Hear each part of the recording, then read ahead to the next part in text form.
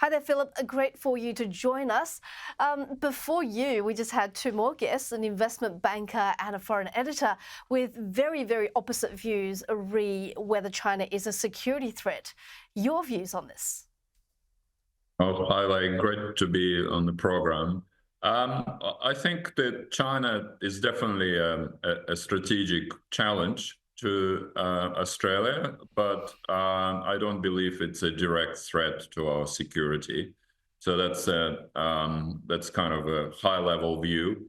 I think that regardless of our own strategy, our own foreign policy, as I said many times, we'll have to live and engage with China. China as it is, not China as we want it to be.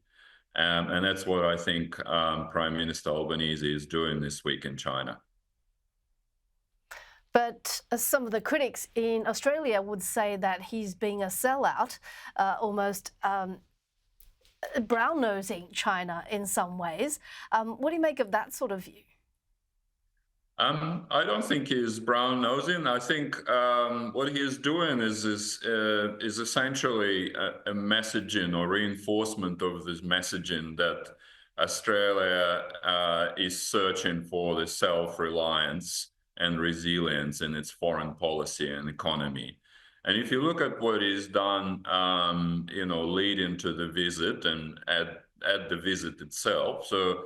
He had this pretty big foreign policy speech, John Curtin narration, in which he said that essentially only Australia will choose the way we engage with our region and deal with the world.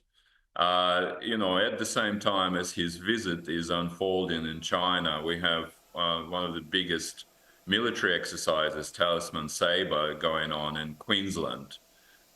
So it's an interesting messaging. I was a little bit surprised by the overly positive vibe of his visit, but at the same time, when you look at his speeches, when you look at his narrative throughout the press conferences, but also through the speeches and events, he's been pretty clear on some of the red lines and disagreements.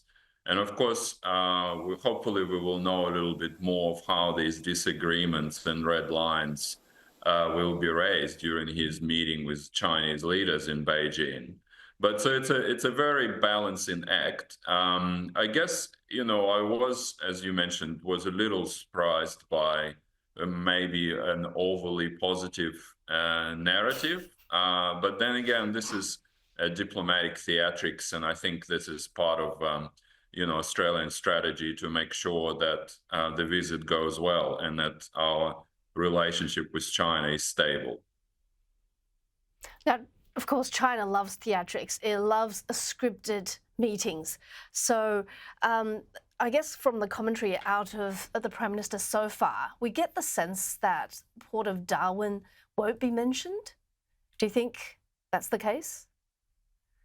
I think he probably tries to avoid it, but I'm pretty confident that it will be raised by our Chinese partners and friends because it's such a high-profile case, and Prime Minister's sort of strategy is really to get the economic and trade relationship back on track, of which the foreign investment is one area where China and Australia don't see eye to eye.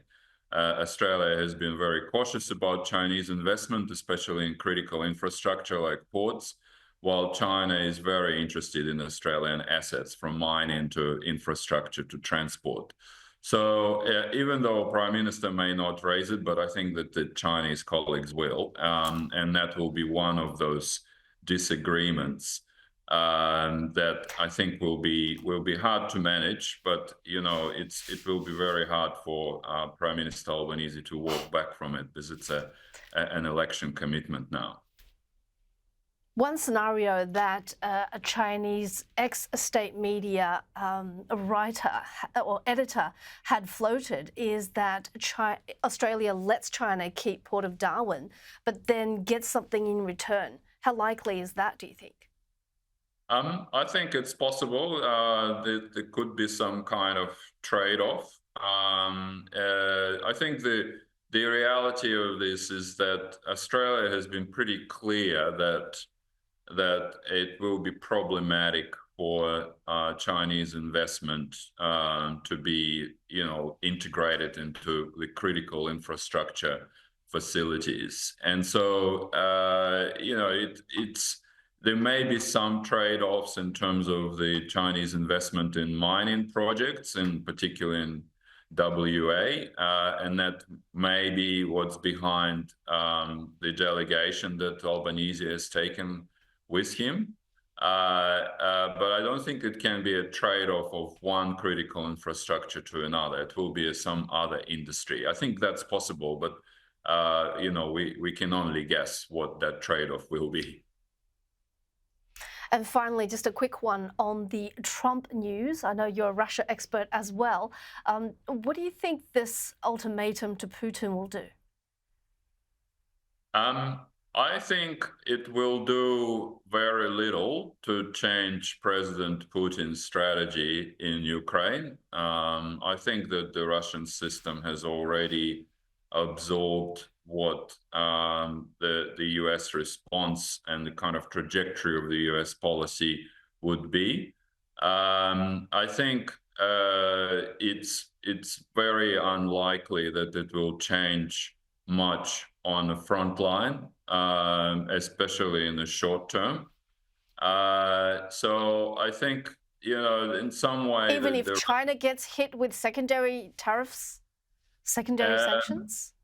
Yeah, I'm reading Russian commentary this morning. I think that the Russian system was prepared for the escalation of trade sanctions and tariffs. It will, of course, damage the Russian economy even further, but I think Russia is being sort of prepared for this ever-escalating sanctions and economic pressure. So I think that that I don't really put too much emphasis on what's happened this morning. What we really need to be watching, I think, is how quickly and how comprehensively the delivery of these weapons, particularly the Patriot systems, is going to be from the US via NATO and to Ukraine. How quickly, what the scale of that support, how the financial management of this will work, and how quickly this weapons will find its way on the front line, and how it will change the realities of the actual military engagement between Russia and Ukraine. That's, I think, is the most important part. But strategically, I don't think this announcement this morning will change Russia's thinking or strategy in Ukraine. Thank you so much for your time and your insights.